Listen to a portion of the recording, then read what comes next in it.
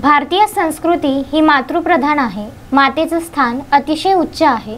श्वासाप्रमाणे मातेला दैवत मानले जाते। मातेसारखं दुसरं दैवत नाही। तेव्हा माता पित्यांची सेवा करा असा हितोपदेश प्रख्यात हरिभक्त परायण सुधाकर महाराज बाहे यांनी सावंगा विठोबा येथे दिले।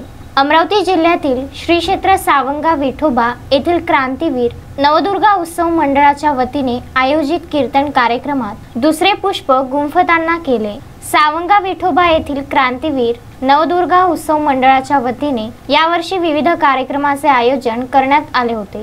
कीर्तन हे नुसते ऐकण्याचेच माध्यम नसून ते प्रत्यक्षात आचरणात आणल्यास जीवनाचे सार्थक झाल्याशिवाय राहत नाही, असेही त्यांनी यावेळी श्रोत्यांना सांगितले। मातेसारखं दुसरं प्रेम कुठेच मिळत नाही। तिन्ही लोकांचा राजा देखील आईविना भिकारी आहे। माता हे आपले सर्वश्रेष्ठ दैवत आहे। या दैवताची सर्वतोपरी सेवा केल्यास आपले कल्याण झाल्याशिवाय राहत नाही। हे सांगताना शास्त्र पुराण गाथा ज्ञानेश्वरीतील विविध दृष्टांत देत त्यांनी मातेचं महात्म्य विशद केलं। यावेळी हार्मोनियम वादक हरिभक्त परायण बुरघाटे महाराज, तबला वादक हनुमंत तांबसकर, प्रबोधनकार वेदांत मुंदाने आदींनी साथ संगत केली।